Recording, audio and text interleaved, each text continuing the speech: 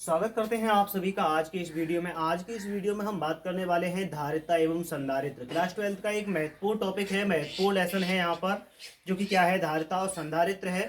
और एग्जाम में इसमें से कई बार कई सारे प्रश्नों को पूछा गया है कि धारिता और संधारित्र से संबंधित कई सारे न्यूमेरिकल्स, उनकी थ्योरी की बात की गई है। तो चलिए बात करते हैं यहाँ पर कि धारिता क्या होती है और संधारित्र क्या होता है, और इस पर बेस्ड जो क्वेश्चंस हैं वो कैसे होते हैं, और इनसे संबंधित बहुत सारी जानकारियां क्या हैं हम यहाँ पर जानने वाले हैं। ठीक है, तो चलिए शुरू करते हैं कि सबसे पहली बात है कि हमारा जो चैप्टर है वो है धारिता एवं संधारित्र। तो सबसे पहले बात हम यही करते हैं कि धारिता क्या होती है। तो हमारा सबसे पहली बात रहेगी कि धारिता क्या है। तो यहाँ पर अगर हम एक लाइन में कहना चाहें तो हम एक लाइन में ये कह सकते हैं कि किसी भी चालक के आवेश ग्रहण करने की क्षमता को हम उसकी धारिता कहते हैं। यानी कोई भी चालक है और वो कितनी मात्रा में आवेश को ग्रहण कर सकता है, उसी को हम क्या कहते हैं, उसकी धारिता कहते हैं। अगर कोई चालक ज्यादा मात्रा में आवेश को ग्रहण कर सकता है तो उसकी धारिता अधिक होगी, और अगर कोई चालक कम मात्रा में आवेश को ग्रहण कर सकता है तो उसकी धारिता कम होगी। ठीक है, तो किसी भी चालक के आवेश ग्रहण करने की जो क्षमता होती है उसी को हम क्या कहते हैं, धारिता कहते हैं। ठीक है, चलिए तो शुरू करते हैं। अपनी मुस्कुराहट को बनाए रखिएगा। धारिता, तो यहां पर लिखा हमने कि किसी चालक के आवेश ग्रहण करने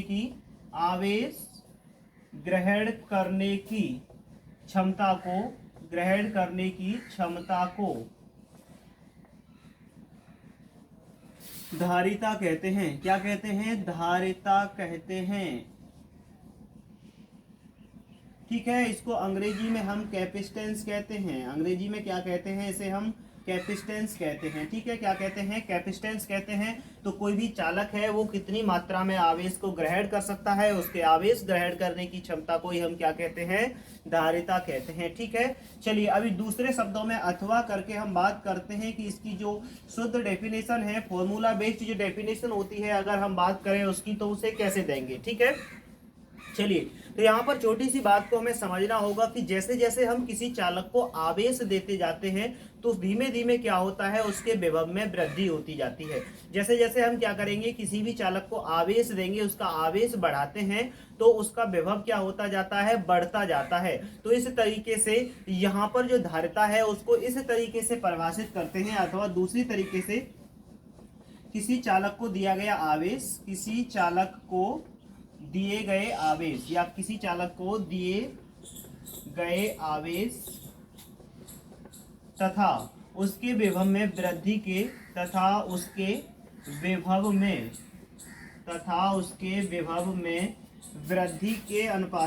वृद्धि के अनुपात को धारिता कहते हैं।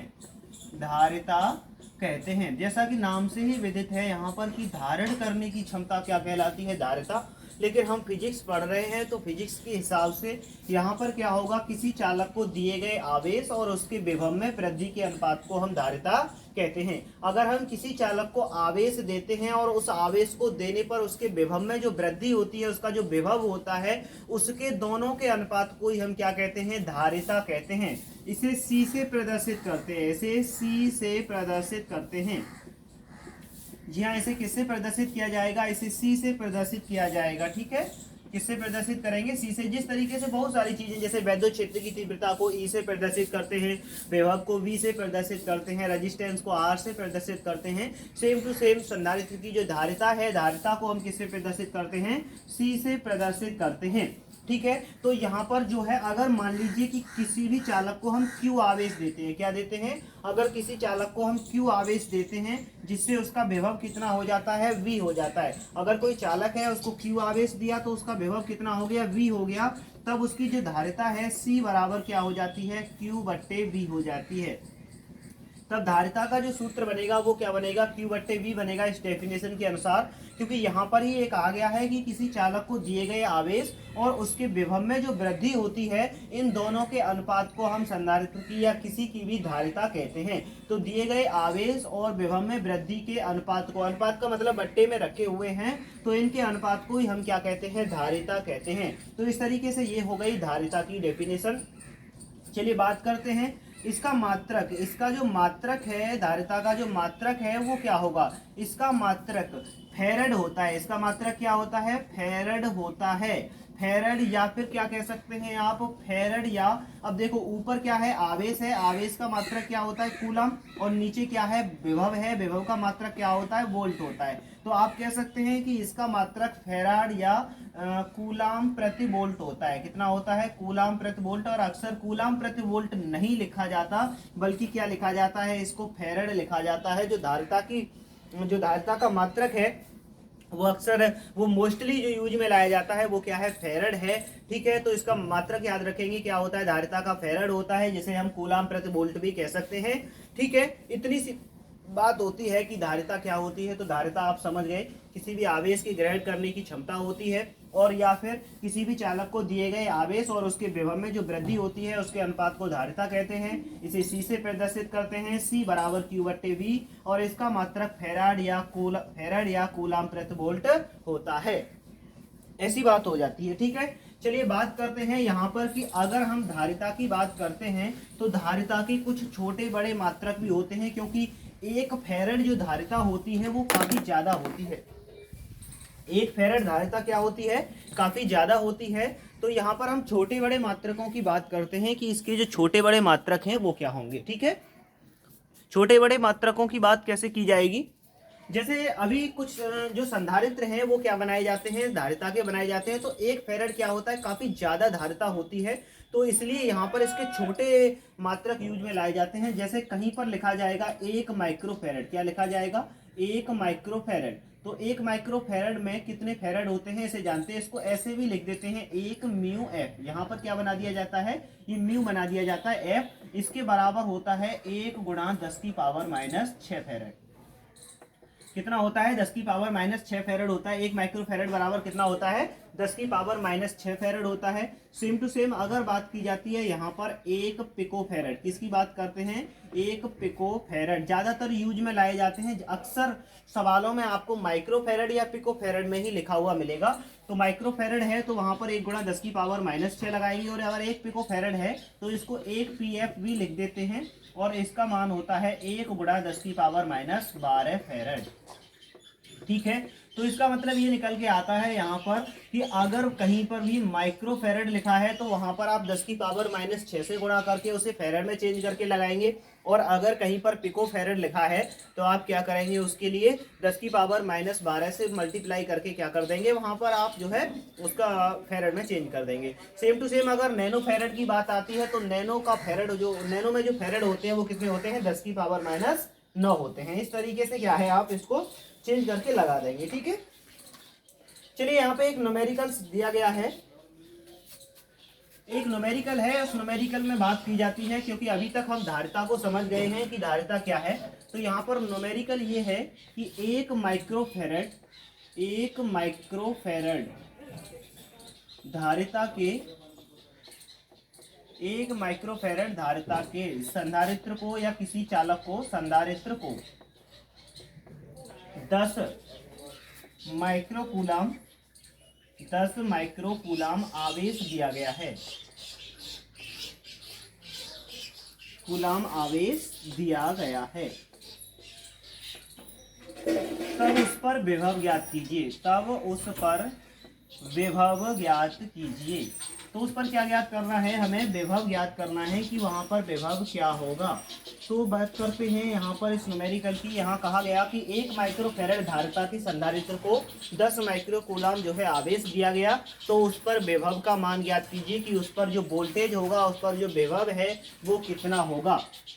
तो यहाँ पर इसे सॉल्व करते हैं कि गिवन है हमारे लिए कितना, C बराबर, यानी उसकी धारिता दी गई है 1 माइक्रोफैरड, जिसको आप कितना लिखते हैं, 10⁻⁶ फैरड लिखा जाएगा, अच्छे से जानते हैं। आवेश उसे दिया गया है Q बराबर कितना, 10 माइक्रोकूलाम। माइक्रो में आप जानते हैं कितने होते हैं, 10⁻⁻6 होते हैं, तो 1 माइक्रोकूलाम बराबर हो गया 10⁻⁻6 कूलाम। तब आपको ज्ञात क्या करना है, तब आपको V बराबर बताना है कि V बराबर कितना है, सो यहाँ पर आप क्या लगा सकते हैं, C बराबर Q बट्टे V फॉर्मूला लगाएंगे। कौन सा फॉर्मूला यूज करेंगे, जो अभी धारिता का बताया था। C बराबर कितना होता है, Q बट्टे V होता है। C बराबर यहाँ पर Q का वैल्यू लगाओ, Q का वैल्यू कितना है 10 की पावर -6, और यहाँ पर आपको V का तो वैल्यू निकालना ही है। यहाँ पर इसकी सीध में किसका वैल्यू लगा दो, C का वैल्यू। C का वैल्यू भी कितना है 10 की पावर -6। C का वैल्यू भी कितना है, इतना है 10 की पावर -6, उसका भी कितना है 10 की पावर -6। लेकिन यहाँ पे सवाल में क्या कहा गया था कि 10 माइक्रोकूलाम है। कितना है 10 माइक्रोकूलाम। तो 10 माइक्रोकूलाम है तो आप क्या करेंगे, यहाँ पर 10 गुणा 10 की पावर -6 कर देंगे। ठीक है, ऐसा ही तो करेंगे। Q बराबर, तो Q बराबर कितना लगाया जाएगा, यहाँ पर 10 गुणा 10 की पावर -6, वो गलती से लिख गया था 10 की पावर -6। 10 माइक्रोकूलाम था इसलिए 10 गुणा 10 की पावर -6।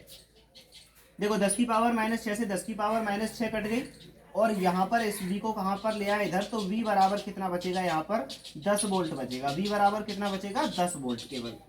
तो इसका मतलब ये है कि उस चालक पर जो विभव होगा वो कितना होगा, 10 वोल्ट होगा। क्योंकि यहाँ पे आप देखिए कि V का जो मल्टीप्लाई है यहाँ से इधर की दिशा में कर दिया गया, और V बराबर यहाँ पर 10 की पावर -6 से 10 की पावर -6 कट गया, और कितना बचा, केवल 10 बचा, तो 10 वोल्ट। तो अर्थात उस पर कितना होगा, 10 वोल्ट विभव होगा। आप इसे नोट कर सकते हैं, या फिर आसानी से इसको क्या है, सॉल्व कर सकते हैं। इसमें कोई बड़ी बात नहीं है। ठीक है, चलिए अरेंज करते हैं इसको। अभी बात करते हैं कि यहाँ पर हमने पढ़ा अब तक की धारिता क्या होती है। तो अब धारिता पढ़ी हमने कि धारिता क्या होती है। अब बात करते हैं कि धारिता से संबंधित और चीजें हैं। जैसे अगर मान लीजिए कि कोई एक गोलीय चालक है।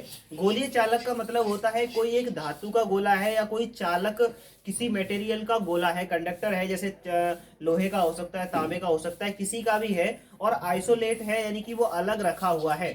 तो उसकी धारिता कितनी होती है, यानी किसी गोलीय चालक की जो धारिता है वो कितनी होगी। चालक कैसा है, गोल है बिल्कुल, और उसकी धारिता कैसी होगी, तो इस पर बात करते हैं। ठीक है, तो यहाँ पर अब हम हेडिंग बनाते हैं, किसी गोलीय विलगित चालक की, किसी गोलीय विलगित चालक की धारिता।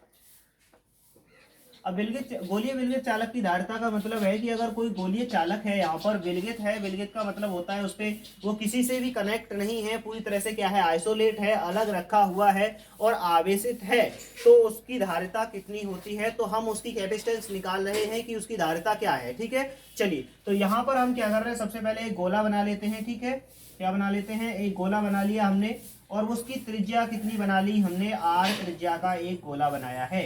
और जो गोला बनाया है उसकी त्रिज्या क्या है, r है, और उसका केंद्र क्या है, O है। तो हम मान के चल रहे हैं कि एक r त्रिज्या का चालक गोला है जिसकी त्रिज्या कितनी हो गई है, r हो गई है, और इसको +q आवेश दिया जाता है। इसको कुछ आवेश दे दिया गया, जैसे मान लीजिए कि हमने इसको कितना आवेश दे दिया, +q आवेश दे दिया, और ये जो +q आवेश है, यह आवेश इसके पृष्ठ पर एक समान रूप से वितरित हो जाता है।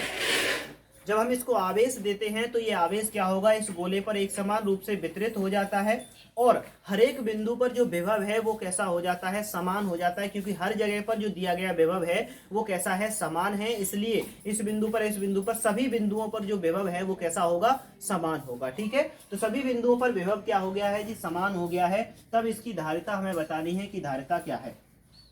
इसके बारे में जरा सा लिख लेते हैं। ठीक है, यहाँ पर लिखते हैं कि माना कोई R त्रिज्या का, कैपिटल R त्रिज्या का एक विलगित गोलीय चालक है, एक विलगित गोलीय चालक है। R त्रिज्या का क्या है, कोई एक विलगित गोलीय चालक है, तब इसे +q आवेश दिया जाता है, तब इसे +q आवेश दिया जाता है, जो कि इसके पृष्ठ पर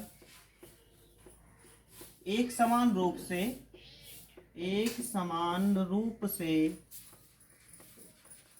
वितरित हो जाता है, जो कि इसके पृष्ठ पर एक समान रूप से वितरित हो जाता है। ठीक है, ऐसी बात है। तब इसके प्रत्येक बिंदु पर वैद्युत विभव समान होगा, वैद्युत विभव समान होगा। तब इसके प्रत्येक बिंदु पर क्या होगा, वैद्युत विभव समान होगा, क्योंकि जो आवेश है वो इस पूरे पृष्ठ पर क्या है, एक समान रूप से वितरित किया गया है और आवेश हमने इसे कितना दिया है, Q दिया है। तो प्रत्येक बिंदु पर क्या होगा, जो विभव है वो समान होगा। अब बात करते हैं यहाँ पर कि किसी बिंदु पर विभव क्या होगा। तब गोले के किसी बिंदु पर विभव, तब गोले के किसी बिंदु पर विभव। अब बात करते हैं कि गोले के किसी बिंदु पर विभव, तो विभव के बारे में आपने पढ़ा तो था ना, क्या पढ़ा था, V बराबर क्या होता है, 1/4 पाई एप्सिलॉन नॉट, Q बट्टे क्या होता है, R होता है। यही होता है वैद्युत विभव। किसी भी बिंदु पर अगर कोई चालक है और उस पर कोई भी बिंदु है, तो उस बिंदु पर जो वैद्युत विभव का सूत्र था, याद करिए पुराने पाठ से, तो कितना था, V बराबर 1/4 पाई एप्सिलॉन नॉट Q बट्टे R। अब यहाँ पर R छोटी नहीं लिखेंगे, क्योंकि जो गोला है उसकी त्रिज्या कैसी है, कैपिटल R है, इसलिए यहाँ पर हमने क्या लिख दिया, कैपिटल R लिख दिया। ठीक है, चलिए अब यहाँ पर हमने लिख दिया। अब इसके बाद बात करते हैं कि अगर हम इस पर आवेश की बात करें कि आवेश जो है वो कितना है, यहाँ से इस सूत्र से, यानी कि इस समीकरण को 1 बना लीजिए, तो इस समीकरण से हम Q का वैल्यू निकालें तो 4 पाई एप्सिलॉन नॉट और R कहाँ चले जाएंगे, V के साथ चले जाएंगे, तो Q बराबर क्या हो जाएगा 1। तो यहाँ पर आप अगर क्या करना चाहते हैं, Q का वैल्यू निकाल रहे हैं, तो 4 पाई एप्सिलॉन नॉट है और R है, तो इसको यहाँ पर ले आइए, तो ये हो जाएगा V गुणा 4 पाई एप्सिलॉन नॉट और R, और बराबर किसके हो जाएगा, Q के। यानी कि ये है चालक को दिया गया आवेश, जो कि कितना है, V गुणा 4 पाई एप्सिलॉन नॉट R। ठीक है, ये क्या हो गया आपका, Q हो गया कितना, V गुणा 4 पाई एप्सिलॉन नॉट R। अब यहाँ से आगे आइए, तब धारिता, तब जो धारिता होती है, धारिता बराबर क्या होता है, C बराबर होता है Q बट्टे V। इसको इक्वेशन नंबर फर्स्ट बनाया, इसको इक्वेशन नंबर कौन सा बना दिया हमने, सेकंड बना दिया। वो सरलता के लिए बना रहे हैं कि हम वैल्यू कहां से रख रहे हैं। C बराबर क्या हो गया, Q बट्टे V। Q का मान समीकरण 2 से रखने पर, समीकरण 2 से रखने पर हम Q का मान जो है कहां से रख रहे हैं, समीकरण 2 से रख देते हैं। तो हमने Q का मान कहां से रख दिया, समीकरण 2 से रख दिया। समीकरण 2 से रखेंगे तो C बराबर Q का वैल्यू कितना है जी, यहाँ पे V गुणा 4 पाई एप्सिलॉन नॉट R। तो ये हो गया आपका V गुणा 4 पाई एप्सिलॉन नॉट R। ठीक है, कितना हो गया, 4 पाई एप्सिलॉन नॉट R, और नीचे बट्टे में क्या लिखा हुआ है, इसमें V लिखा हुआ है, V से V कट गया, तो C बराबर क्या बचा, यहाँ पे C बराबर बचा 4 पाई एप्सिलॉन नॉट, और क्या बचा R। तो यहाँ पर आप क्या समझ रहे हैं कि जो कोई आवेशित गोलीय चालक है, विलगित गोलीय चालक है, उसकी जो धारिता होती है, कोई विलगित गोलीय चालक है, उसकी जो धारिता होती है, उसकी जो धारिता है वो C बराबर कितनी होती है, 4 पाई एप्सिलॉन नॉट R होती है। इस तरीके से आप क्या कर सकते हैं, इस पूरे डेरिवेटिव को भी कर सकते हैं, और साथ ही वो फॉर्मूला आप याद कर पाएंगे कि विलगित गोलीय चालक की जो धारिता है वो कितनी होती है, 4 पाई एप्सिलॉन नॉट R होती है। ठीक है, यहाँ तक समझ गए, नोट कर सकते हैं लिखकर, अगर नहीं किया है तो, अगर किया है तो ठीक है। यहाँ पर आप ये कर पाएंगे, फिर आगे आप ये कर पाएंगे, फिर C बराबर Q बट्टे V करेंगे और Q का वैल्यू रख देंगे, तो क्या हो जाएगा, ये आपका सॉल्व हो जाएगा। ठीक है, इसको इरेज करते हैं और एक नए फैक्ट को समझने का प्रयास करते हैं। अभी तक आपने समझा कि अगर कोई विलगित गोलीय चालक है तो उसकी जो धारिता होती है C बराबर वो होती है 4 पाई एप्सिलॉन नॉट R, है ना। अगर ये जो चालक गोला है किसमें रखा है, अभी वायु में रखा है या निर्वात में रखा है, तब की कंडीशन है, ये किसमें है, वायु में है या फिर किसमें है, ये निर्वात में है, तो इसकी जो धारिता है वो 4 पाई एप्सिलॉन नॉट R होती है, जहां R क्या है, उस गोले की त्रिज्या है। अब बात आती है कि अगर इसको यदि गोला या यदि चालक किसमें हो, यदि चालक किसी के परावैद्युतांक वाले माध्यम में स्थित हो, के परावैद्युतांक वाले माध्यम में स्थित हो, के परावैद्युतांक वाले माध्यम में स्थित हो, तब अगर मान लीजिए कि ये जो चालक गोला है अभी तो वायु या निर्वात में रखा था, अगर इसी गोले को क्या रख देते हैं, जैसे मोम में रख देते हैं या पानी में रख देते हैं, मिट्टी के तेल में रख देते हैं, या कोई अन्य ऐसा पदार्थ है जिसका परावैद्युतांक क्या है, कुछ अलग होता है, तो परावैद्युतांक को कैसे प्रदर्शित करते हैं, ये परावैद्युतांक के वाले माध्यम में रखा हुआ है। तो यहाँ पर इसकी जो धारिता होगी वो C बराबर होगी के गुणा 4 पाई एप्सिलॉन नॉट आर, अर्थात जितना उस पदार्थ का परावैद्युतांक होगा उसकी इसमें क्या हो जाएगी, गुणा हो जाएगी। क्या हो जाएगी, गुणा हो जाएगी।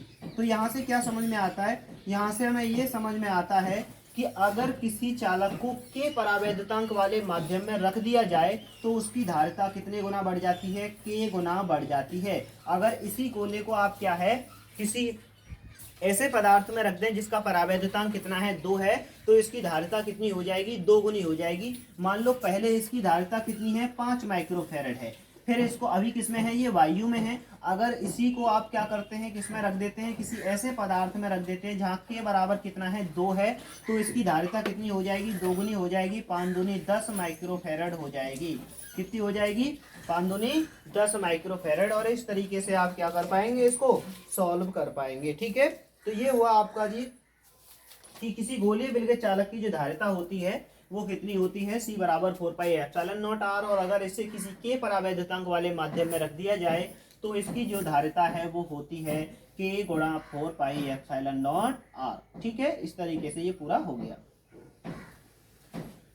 चलिए, यहाँ तक की बातें आप क्या है अच्छे से समझ गए होंगे कि धारिता क्या होती है, और जो धारिता है वो किसी भी चालक की कैसी होती है। गोलीय चालक है तो 4 पाई एप्सिलॉन नॉट आर है, यानी कि त्रिज्या की क्या होती है, समानुपाती होती है। जितना ज़्यादा बड़ा गोला होगा वो उसकी धारिता उतनी ही अधिक होती है, और जितना छोटा गोला होगा उसकी धारिता उतनी ही कम होती है। ऐसा हो गया।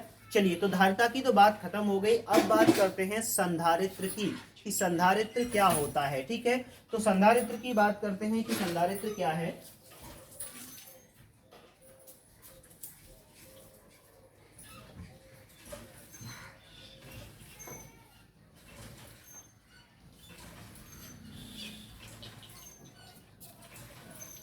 असल मोस्टली आप लोगों ने जो है इस तरीके से देखा होगा कि पंखे के पीछे या किसी मोटर के पीछे या घरेलू यंत्र या अगर कोई भी डिवाइस है इलेक्ट्रॉनिक या फिर इलेक्ट्रिकल डिवाइस है तो उसके पीछे इस तरीके का क्या है, एक सेल जैसा लगा रहता है। ये जो सेल जैसा होता है इसी को हम क्या कहते हैं, संधारित्र कहते हैं। यह मोस्टली कहाँ पर, जैसे कूलर या पंखा है, इसकी मोटर के पीछे क्या है, अवश्य ही लगा रहता है, क्योंकि ये इसकी क्या है, गति को तेज करता है, आवेश का संचय करता है। तो इसी डिवाइस को क्या कहते हैं, हम संधारित्र कहते हैं। ये बहुत सारी जगहों पे यूज में लाया जाता है, जैसे मैंने बताया मोटर में, पंखा में लगाया जाता है। इलेक्ट्रिक डिवाइस हैं जैसे चार्जर हैं मोबाइल के, या फिर किसी भी और चीज़ का जो एसी को डीसी में कन्वर्ट कर रहा है, तो वहाँ पर इसका उपयोग किया जाता है।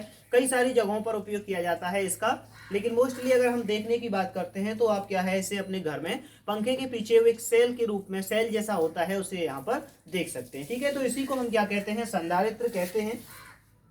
और संधारित्र कहते हैं तो इसकी भी धारिता क्या है, अभी हमारे पास जो ये वाला संधारित्र है इसकी धारिता यहाँ पे दिखाई गई है 3.15 माइक्रोफैरड। इस पे लिखा हुआ है 3.15 माइक्रोफैरड। में दिखाने का प्रयास करता हूँ, दिखेगा क्या, ये फोकस्ड नहीं होगा। यहाँ देखिए, इस पे लिखा हुआ है 3.15 माइक्रोफैरड, 440 वोल्ट और प्लस माइनस 5% लिखा है। तो ये जो 3.15 माइक्रोफैरड लिखा हुआ है ये क्या बता रहा है, इसकी धारिता को बता रहा है। ठीक है, तो ये जो संधारित्र हमारे पास कितने का था, 3.15 माइक्रोफैरड का था। अब बात करते हैं कि ये संधारित्र होते क्या चीज़ हैं। अब इनको हम यहाँ पर अपनी फिजिक्स की भाषा में समझने का प्रयास करते हैं, और एक्सपेरिमेंटली आप देख लिए हैं और क्या कर लिए हैं, साथ ही आप देख सकते हैं अपने घरों में लगा हुआ मोबाइल का चार्जर तोड़ करके भी, वहाँ पर भी छोटे छोटे ऐसे ही, वहाँ इतने बड़े बड़े नहीं मिलते हैं, छोटे छोटे रूप में मिलते हैं, छोटे छोटे सेल से होंगे ऐसे ही, जिनमें क्या होंगे, 2 वायर्स लगे होंगे, 2 टांगे होंगी उनकी, तो वो सब क्या है, संधारित्र हैं। बेकार पड़े हुए चार्जर को तोड़ कर देखें, है ना। तो बात करते हैं कि संधारित्र क्या होता है। तो यहाँ पर आ जाते हैं संधारित्र। तो यहाँ पर लिखा जाता है कि संधारित्र क्या है, इसको अंग्रेजी में हम कैपेसिटर कहते हैं। क्या कहते हैं, इसे कैपेसिटर कहते हैं। क्या कहते हैं अंग्रेजी में, इसको हम कैपेसिटर कहते हैं। ठीक है, तो यहाँ पर लिखेंगे कि संधारित्र एक ऐसा समायोजन है, संधारित्र एक ऐसा समायोजन है, ऐसा समायोजन है जिसके जिसके आकार में परिवर्तन किए बिना, जिसके आकार में या जिसके आकार में परिवर्तन किए बिना, या क्या हो सकता है, कोई भी चालक है परिवर्तन किए बिना। संधारित्र क्या है, एक ऐसा समायोजन है जिसके आकार में, यानी कि किसी चालक के आकार में, यहाँ पे लिख सकते हैं हम किसी चालक के आकार में परिवर्तन किए बिना ही, अगर हमें कोई भी चालक है उसके आकार में परिवर्तन किए बिना उस पर अधिक मात्रा में आवेश इकट्ठा कर सकते हैं। संधारित्र क्या होता है, एक ऐसी डिवाइस होती है या फिर एक ऐसा समायोजन होता है जिसमें क्या है, हम किसी भी चालक के आकार में परिवर्तन किए बिना ही उस पर आवेश की अधिक मात्रा को इकट्ठा कर सकते हैं या फिर उसकी धारिता को बढ़ा सकते हैं। कैसे, देखो मैंने बताया यहाँ पे जो आवेशित गोलीय चालक है उसकी जो धारिता है वो किसके समानुपाती होती है, C बराबर 4πε0 R होती है। इसका मतलब है कि वो त्रिज्या जैसे जैसे बढ़ाएंगे तो धारिता बढ़ती जाएगी, यानी कि गोला बड़ा करते जाएंगे तो उसकी धारिता बढ़ती जाएगी और आवेश ग्रहण करने की क्षमता बढ़ती जाएगी। लेकिन हम इतना बड़ा गोला थोड़ी ना बना के लगा सकते हैं डिवाइस में। किसी भी यंत्र में, अगर कोई भी इलेक्ट्रॉनिक यंत्र है तो इतना बड़ा गोला नहीं लगा सकते। तो फिर क्या होता है, यहाँ पर हम एक संधारित्र का यूज करते हैं। संधारित्र इसी काम को करता है कि किसी भी चालक के आकार में परिवर्तन किए बिना ही, उसके आकार को बिना बढ़ाए ही हम उसकी धारिता को बढ़ा सकते हैं या फिर उस पर ज्यादा मात्रा में आवेश को इकट्ठा कर सकते हैं। उसी तरीके का जो काम करने वाले जो यंत्र है या जो डिवाइस है या जो समायोजन है, उसी को हम क्या कहते हैं, संधारित्र कहते हैं। ठीक है, तो सिंपली अगर हम बात करें कि संधारित्र एक ऐसा समायोजन है जो किसी चालक के आकार में परिवर्तन किए बिना उस पर अधिक मात्रा में आवेश इकट्ठा कर सकते हैं अथवा उसकी धारिता को बढ़ा सकते हैं। आवेश इकट्ठा अधिक होगा तो उसकी धारिता क्या हो जाएगी, खुद ब खुद बढ़ जाएगी, तो उसकी धारिता को बढ़ा सकते हैं, है ना। यहाँ तक समझ गए आप। यहाँ पर क्या कर सकते हैं, उसकी धारिता को क्या कर सकते हैं, बढ़ा सकते हैं, उस पर ज्यादा मात्रा में आवेश हम इकट्ठा कर सकते हैं। तो इस तरीके से क्या होता है, ये संधारित्र होता है और संधारित्र के द्वारा हम क्या करते हैं, यहाँ पर इसकी धारिता को बढ़ाते हैं, अर्थात इस पे आवेश क्या करते हैं, इकट्ठा करते हैं। चलिए, तो यहाँ पे बात करते हैं कि उसकी धारिता को क्या कर सकते हैं, बढ़ा सकते हैं। अब आगे आते हैं, संधारित्र को वैद्युत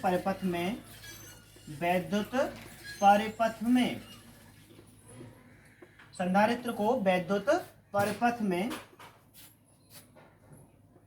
इस चिन्ह के द्वारा प्रदर्शित किया जाता है। कौन से चिन्ह के द्वारा प्रदर्शित किया जाता है, वैद्युत परिपथ में के द्वारा प्रदर्शित किया जाता है, ऐसा आप लिखेंगे। लेकिन यहाँ पर अगर हम बात करें के द्वारा प्रदर्शित किया जाता है, कौन सा चिन्ह बनाया जाता है, संधारित्र को प्रदर्शित करने के लिए हम कौन सा चित्र बनाते हैं, ये वाला चित्र बनाते हैं। यानी कि अगर ऐसा कहीं पर संकेत बना हुआ है तो वो क्या प्रदर्शित करता है, वो प्रदर्शित करता है कि ये क्या है, एक संधारित्र है। जैसे वैद्युत परिपथ में आपने देखा होगा कि इस तरीके का चिन्ह क्या होता है, वो किसको प्रदर्शित करता है, प्रतिरोध को प्रदर्शित करता है। अगर आप बात करें हाई स्कूल की, आप हाई स्कूल में सीखे होंगे कि ये किसको प्रदर्शित करता है, प्रतिरोध को।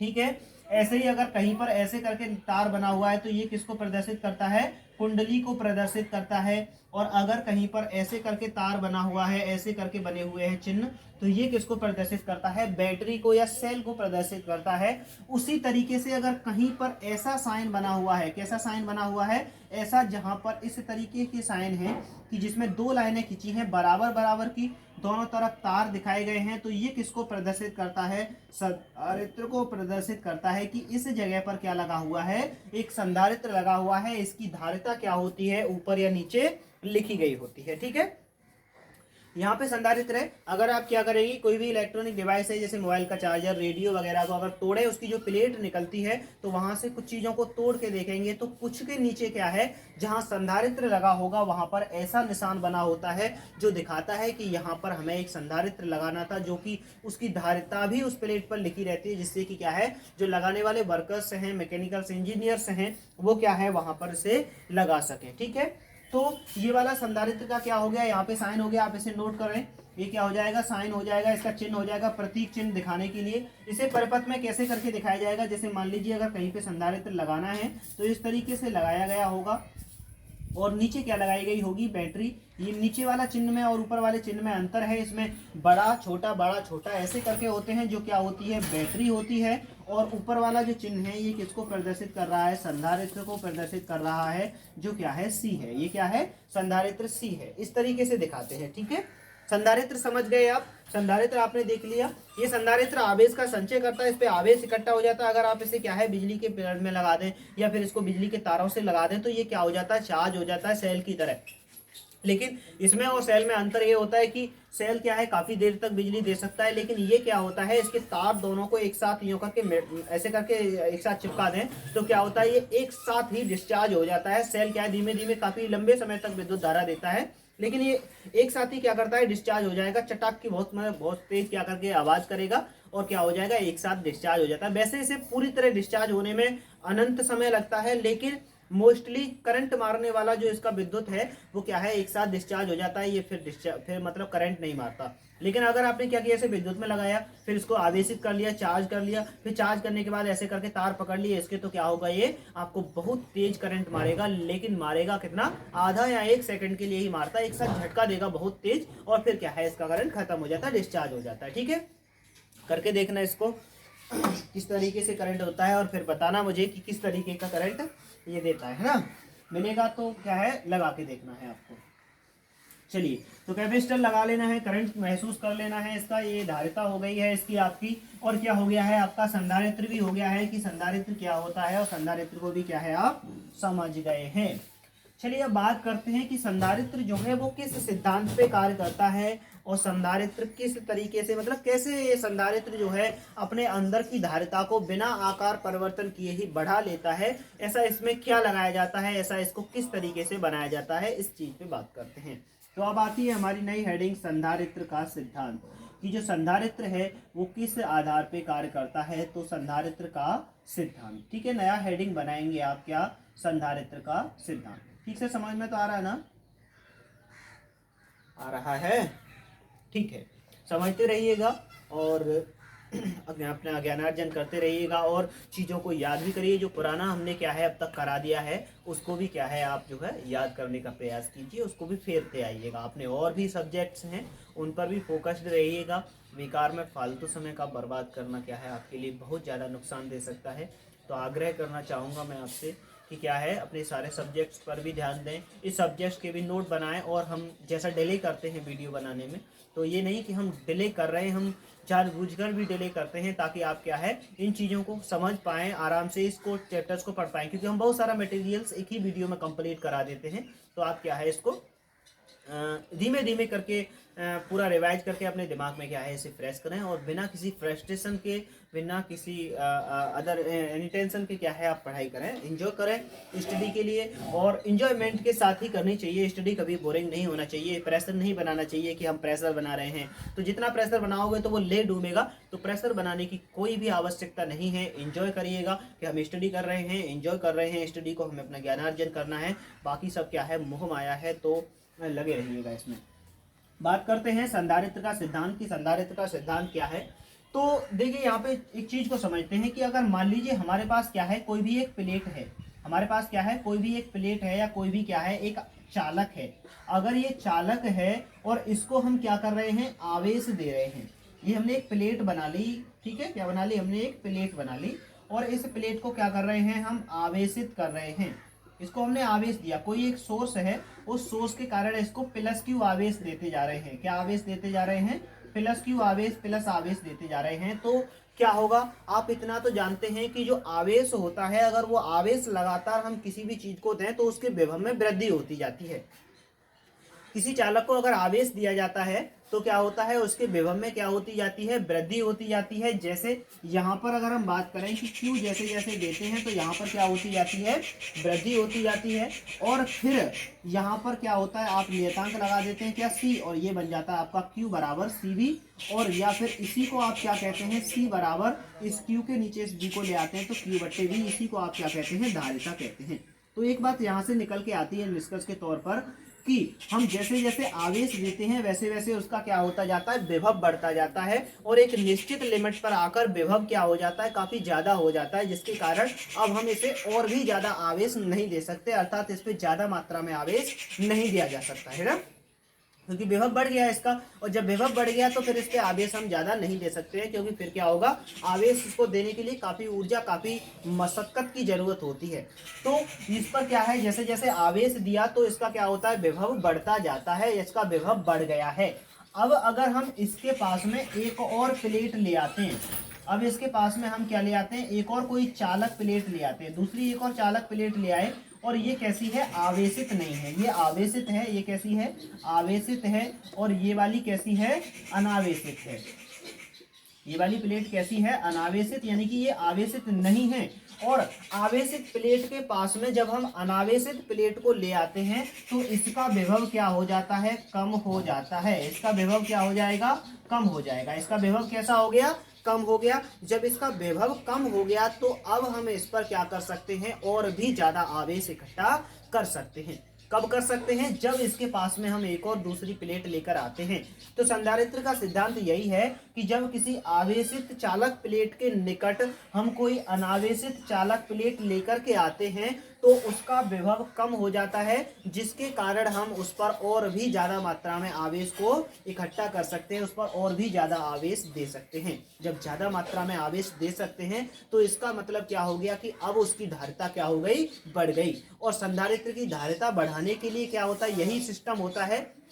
अर्थात हम उस प्लेट को बड़ा नहीं कर रहे हैं, प्लेट को छोटा नहीं कर रहे हैं, उसके आकार में कोई परिवर्तन नहीं किया जा रहा, बस क्या किया, उसके पास में एक दूसरी प्लेट रख दी गई है, अपने आप ही विभव कम हो गया, और भी ज्यादा आवेश दे सकते हैं, जिससे क्या है कि उस पर और भी ज्यादा आवेश इकट्ठा करेंगे, जिससे धारिता बढ़ गई है।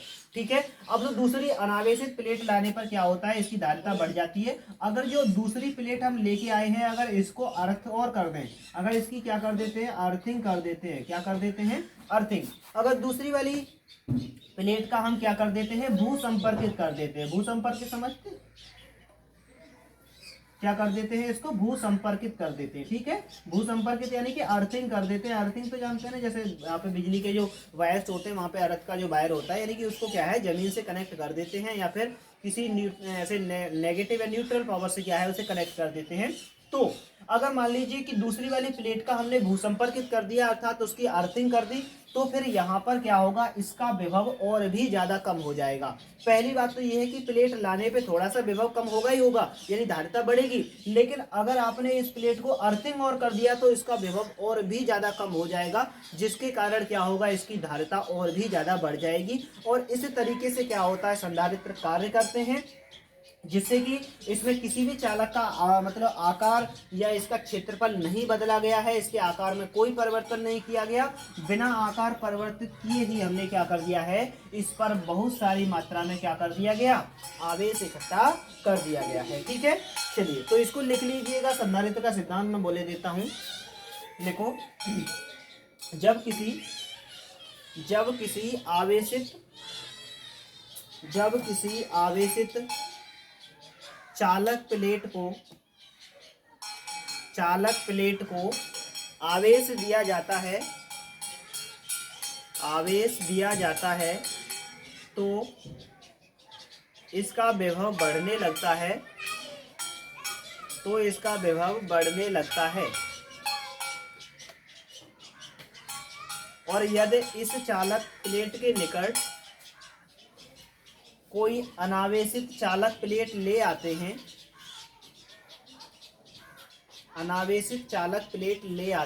तो आवेशित प्लेट का विभव कम हो जाता है। और यदि दूसरी अनावेशित प्लेट को भू संपर्कित कर दिया जाए, भू संपर्कित कर दिया जाए तो विभव में और भी ज्यादा कमी आ जाती है, जिससे कि इस पर और भी ज्यादा आवेश इकट्ठा किया जा सकता है और धारिता में वृद्धि हो जाती है। यही था संधारित्र का सिद्धांत। चलिए यहाँ पर अब हमारा जो नया रहेगा वो रहेगा समांतर प्लेट संधारित्र। इसी चैप्टर में आता है समांतर प्लेट संधारित्र की समांतर प्लेट संधारित्र क्या है और समांतर प्लेट संधारित्र की धारिता क्या होगी। तो इस टॉपिक में, इस हेडिंग में हम क्या जानेंगे कि जो समांतर प्लेट संधारित्र है वो क्या होता है और समांतर प्लेट संधारित्र की धारिता क्या होती है। देखिए जैसा कि नाम से ही पता चल रहा है कि यहाँ पे क्या हो सकता है, समांतर प्लेट संधारित्र का मतलब है कि इसमें दो प्लेटें क्या होंगी, समांतर होती हैं और उन्हीं के कारण जो संधारित्र बनाया जाता है उसे समांतर प्लेट संधारित्र कहते हैं। नाम से बहुत सारी चीजें क्लियर होती हैं, बस शब्दों का ज्ञान होना क्या है जरूरी है, और शब्दों का ज्ञान और शब्दों से खेलना और शब्दों को लिखना और अपनी बात को सही तरीके से रिप्रेजेंट करना अगर आप सीख गए तो फिर मैं कहता हूं कि आपको किसी की भी जरूरत नहीं है, आप सेल्फ स्टडी से क्या है बहुत कुछ कर सकते हैं। ठीक है, तो चलिए यहाँ पर समांतर प्लेट संधारित्र दिखाया गया है। यहाँ पर कहा गया है कि समांतर प्लेट संधारित्र में धातु की समान आकृति तथा समान क्षेत्रफल वाली चालक प्लेटों को परस्पर समांतर व्यवस्थित किया जाता है। आप नोट भी कर लेंगे, ठीक है, इसको एक बार स्क्रीनशॉट ले लें तो फिर क्या आप नोट कर सकते हैं, साफ दिखे तभी। ठीक है, तो यहाँ पे कहा गया कि समांतर प्लेट संधारित्र में धातु की समान आकृति तथा समान क्षेत्रफल वाली, तो यहाँ पर हमने दिखाया है कि दो समान आकृति और समान क्षेत्रफल की दो चालक प्लेटें हैं जो परस्पर एक दूसरे के समांतर क्या है व्यवस्थित की गई हैं। प्लेटों के मध्य वायु, निर्वात या अन्य कोई परावैद्युत पदार्थ भर दिया जाता है। इन दोनों प्लेटों के बीच में क्या है, या तो वायु भर दी जाती है, निर्वात कर दिया जाता है, या कोई अन्य परावैद्युत पदार्थ जैसे मोम, कागज, या फिर क्या होता है एक पिन्नी जैसी होती है जिसका परावैद्युत उस पर कोई अन्य पदार्थ का लेप करके उसके अंदर भर देते हैं। ठीक है, जब आप इस संधारित्र को तोड़ेंगे, इस वाले संधारित्र को, तो इसके अंदर बहुत सारा चिलकना सा निकलता है, बहुत लंबी चिलकनी रील सी निकलती है। वो क्या होता है, परावैद्युत पदार्थ होता है। और इस परावैद्युत पदार्थ का क्या प्रभाव पड़ेगा ये भी हम आपके लिए बताएंगे, क्यों भरा जाता है वो इसके अंदर, वायु निर्वात होने पर क्या होता है। ठीक है, तो यहाँ पर क्या हो गया कि परस्पर समांतर व्यवस्थित होती हैं और प्लेटों के मध्य वायु होगा, निर्वात होगा या अन्य कोई परावैद्युत पदार्थ भर दिया जाता है। ठीक है, चलिए आगे बढ़ते हैं। यहाँ पे बात की गई है कि माना कि समांतर प्लेट संधारित्र की समान क्षेत्रफल की आयताकार प्लेट P1 तथा P2 है। एक समांतर प्लेट संधारित्र है जिसकी समान क्षेत्रफल और समान आयकार की दो प्लेटें हैं। एक प्लेट क्या है, P1 है और दूसरी प्लेट क्या है, P2 है। ये प्लेट P1 और ये क्या है, प्लेट P2 है, जो कि कैसी है, आयताकार है, जिन्हें परस्पर d दूरी पर रखा गया है। दोनों के बीच में जो दूरी है वो कितनी दूरी है, d दूरी पे रखा गया है। कितनी दूरी पे रखा गया है, d मानी गई है, इनके बीच की दूरी, डिस्टेंस रखा गया है। प्लेटों के मध्य वायु या निर्वात है। प्लेटों के बीच में या तो वायु भर दी गई है या फिर क्या भर दिया गया है, निर्वात भर दिया गया है। ठीक है, यदि प्लेट P1 को धनावेशित करते हैं, अब यहाँ पे आगे कह रहे हैं कि यदि हम प्लेट P1 को क्या है, किसी सोर्स के द्वारा, किसी स्रोत के द्वारा हम इसे धनावेशित कर देते हैं, प्लस का आवेश दे रहे हैं, इसको किसका आवेश दे रहे हैं, इसे प्लस का आवेश दे रहे हैं, तो क्या होता है, तो इस P1 को क्या करते हैं, धनावेशित करते हैं तथा प्लेट P2 को भू संपर्कित कर देते हैं। और जो प्लेट P2 है ये वाली, इसको क्या कर रहे हैं, भू संपर्कित कर रहे हैं। यहाँ पर क्या हो रहा है, ये भू संपर्कित हो गई है। ठीक है, कैसी हो गई है, भू संपर्कित हो जाती है। ठीक है, कैसी हो गई, भू संपर्कित हो गई। चलिए, तो क्या हो गया, इसका भू संपर्कन कर दिया तो प्लेट P2 की आंतरिक सतह पर ऋणावेश आ जाता है। अब यहाँ पे इतना कहा गया कि यदि हम प्लेट P1 को क्या करते हैं, प्लस का आवेश देते हैं और प्लेट P2 को भू संपर्कित कर देते हैं, तो इसको अगर प्लस क्यू आवेश दिया जाए तो इस पर क्या हो जाएगा, प्लस का आवेश आ जाएगा। और दूसरी वाली प्लेट जो अर्थिंग की गई है, जिसका हमने क्या किया है, भू संपर्कन किया है, उसकी प्लेट की आंतरिक सतह पर कैसा आवेश आ जाएगा, ऋण आवेश आ जाता है। कैसा आवेश आ जाएगा, उस पर ऋण आवेश उत्पन्न हो गया है। ठीक है, इसकी अंदर वाली सतह पे प्लस का हो जाएगा और दूसरे वाली की सतह पे क्या हो जाएगा, माइनस का आवेश उत्पन्न हो जाएगा अपने आप ही, क्योंकि वो भू संपर्कित की गई है, ये प्लस की है, इसके सापेक्ष वो अपने आप ही कैसी हो जाएगी, नेगेटिव हो जाएगी। तो इस तरीके से ये वाली प्लेट प्लस की हो गई, वो वाली प्लेट किसकी हो गई, माइनस की हो गई। और जब प्लेट एक प्लस की एक माइनस की है तो यहाँ पर एक वैद्युत क्षेत्र स्थापित हो जाता है, जो कि क्या होता है, इस तरीके से क्या होगा, इन दोनों प्लेटों के बीच में एक वैद्युत क्षेत्र बन गया है। और इस तरीके से जो समायोजन बना है इसी को हम क्या कहते हैं, समांतर प्लेट संधारित्र कहते हैं। इसकी पूरी थ्योरी यहाँ पे लिखी गई है कि दो प्लेटें हैं P1 और P2 जो समान आकार और समान क्षेत्रफल की हैं, इनके बीच में वायु है, निर्वात है, दोनों को एक दूसरे के समांतर रखा गया है। प्लेट P1 को आवेश दिया गया धनावेश और प्लेट P2 की अर्थिंग की गई, तो प्लस प्लेट P1 पर प्लस का आवेश और प्लस जो प्लेट P2 है उस पर क्या होता है, माइनस का आवेश क्रिएट हो जाता है। और इस तरीके से दोनों के बीच में क्या है, एक वैद्युत क्षेत्र उत्पन्न हो जाता है। ठीक है, चलिए इसको इरेज करते हैं और अब हम निकालते हैं कि जो ये समांतर प्लेट संधारित्र है इसकी धारिता क्या होगी। समांतर प्लेट संधारित्र की अब धारिता जो है वो कितनी होती है, किस तरीके से इसकी धारिता का हम कैलकुलेशन करेंगे। और पेपर में ये आ भी जाता है मोस्टली, लेकिन इससे आगे वाला जो डेरिवेशन है वो अक्सर ज्यादा कई बार आता है, वो काफी महत्वपूर्ण है। ठीक है, फिर भी इसको समझते हैं कि समांतर प्लेट जो संधारित्र है उसकी धारिता कितनी होती है।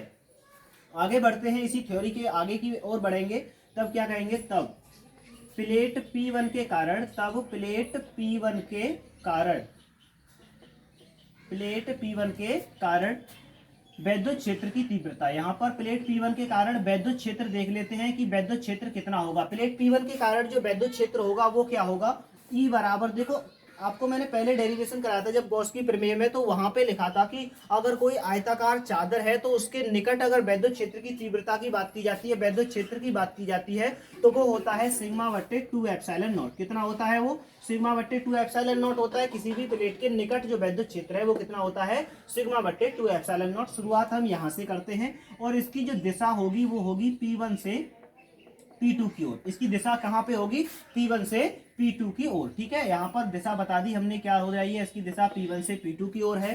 तथा अब निकाल लेते हैं किसके कारण, यहाँ पे E1 हो गया। प्लेट P1 के कारण जो वैद्युत क्षेत्र है वो E1 है, सिग्मा बट्टे 2 एप्सिलॉन नॉट, उसकी दिशा है P1 से P2 की ओर। अब आ जाते हैं तथा प्लेट P2 के कारण, तथा प्लेट P2 के कारण, प्लेट P2 के कारण जो वैद्युत क्षेत्र है वो कितना होगा। प्लेट P2 के कारण वैद्युत क्षेत्र, प्लेट P2 के कारण वैद्युत क्षेत्र हम मान के चल रहे हैं क्या है, E2 है, और वो भी कितना होगा, सिग्मा बट्टे 2 एप्सिलॉन नॉट होगा। क्योंकि जो चादर होती है, जो प्लेट होती है, उसके निकट जो वैद्युत क्षेत्र है वो कितना होता है, सिग्मा बट्टे 2 एप्सिलॉन नॉट होता है। और इसकी दिशा भी वही होगी P1 से P2 की ओर। समझ रहे हैं यहाँ तक, बड़े गौर से क्या है डेरिवेशन को देखें, जरूरत पड़े बार बार रिज्यूम पोस्ट करके इसको देख सकते हैं आप। तो E2 के बराबर भी क्या होता है, सिग्मा बट्टे 2 एप्सिलॉन नॉट होता है। ये गॉस की प्रमेय में क्या है, बताया जा चुका है। तब प्लेटों के बीच कुल वैद्युत क्षेत्र, तब प्लेटों के बीच कुल वैद्युत क्षेत्र कितना होगा, कुल वैद्युत क्षेत्र, प्लेटों के बीच जो कुल वैद्युत क्षेत्र है उसकी बात करते हैं, तो कुल वैद्युत क्षेत्र कितना होगा, यहाँ पर E बराबर होगा किसके, E1 प्लस E2। अभी आप लिखने वाली बात करते हैं भाई, देखो ये तो मैथमेटिक्स तो है नहीं कि इसको लगातार चलाते जाइए, तो मैथमेटिक्स नहीं है, फिजिक्स है, तो इसमें बताना भी पड़ता है कि हम कौन सी चीज को कहाँ से और क्यों लिख रहे हैं और क्यों इसका ऐसा कर रहे हैं। तो E बराबर कितना हो गया, E1 प्लस E2, तो E बराबर हो गया यहाँ पे E1 का वैल्यू कितना हो गया, सिग्मा बट्टे 2 एप्सिलॉन नॉट हो गया, प्लस E2 बराबर कितना हो गया, सिग्मा बट्टे 2 एप्सिलॉन नॉट। दोनों का वैल्यू रख दिया, यहाँ से हमने समीकरण 1 इसको समीकरण 2 बना के हमने यहाँ पे क्या है वैल्यू रख दिया, सिग्मा बट्टे 2 एप्सिलॉन नॉट था ऊपर, E2 बराबर भी कितना था, सिग्मा बट्टे 2 एप्सिलॉन नॉट। दोनों का एलसीएम लीजिए जरा, जब दोनों का एलसीएम लेंगे तो ये क्या हो जाएगा आपका 2 एप्सिलॉन नॉट क्या आ गया, यहाँ पे आपका एलसीएम आ गया, और यहाँ पे सिग्मा प्लस सिग्मा, और आगे बढ़ेंगे तो क्या हो जाएगा, E बराबर हो जाएगा ये आपका 2 सिग्मा बट्टे 2 एप्सिलॉन नॉट। कितना हो गया, 2 सिग्मा बट्टे 2 एप्सिलॉन नॉट, 2 से 2 कट गया, तो वैद्युत क्षेत्र कितना निकल के आया, दोनों प्लेटों के बीच सिग्मा बट्टे एप्सिलॉन नॉट निकल के आया। अर्थात जो दोनों प्लेटें हैं उनके बीच में जो वैद्युत क्षेत्र है वो कितना निकल के आया, सिग्मा बट्टे 2 एप्सिलॉन नॉट निकल करके आया है। ठीक है, यहाँ तक नोट करिए, फिर आगे बढ़ते हैं। अभी हम क्या निकालना चाह रहे हैं, यहाँ पर वैद्युत क्षेत्र की तीव्रता को निकालना चाह रहे हैं कि वो निकाल रहे हैं, संधारित्र की धारिता निकालना चाह रहे हैं कि संधारित्र की जो धारिता है वो कितनी होती है। ठीक है, चलो नोट करो, पहुंच करके नोट करो। ठीक है, फिर आगे बढ़ते हैं। अब आगे बढ़ते हैं कि यहाँ पर हमने क्या किया है, यहाँ हमने ई बराबर निकाल लिया है। ई बराबर कितना होता है, सिग्मा बट्टे एप्सिलॉन नॉट होता है। ठीक है, ई बराबर हमने यहाँ पे लिख लिया कितना, सिग्मा बट्टे एप्सिलॉन नॉट की दोनों प्लेटों के बीच जो वैद्युत क्षेत्र है वो कितना है, ई बराबर सिग्मा बट्टे एप्सिलॉन नॉट। तब प्लेटों के मध्य जो वैद्युत विभव होगा वो कितना होगा, मध्य वैद्युत विभव। यहाँ पर प्लेटों के मध्य वैद्युत विभव की बात की जाती है कि अब वैद्युत विभव निकालेंगे तो V बराबर होता है E इंटू आर।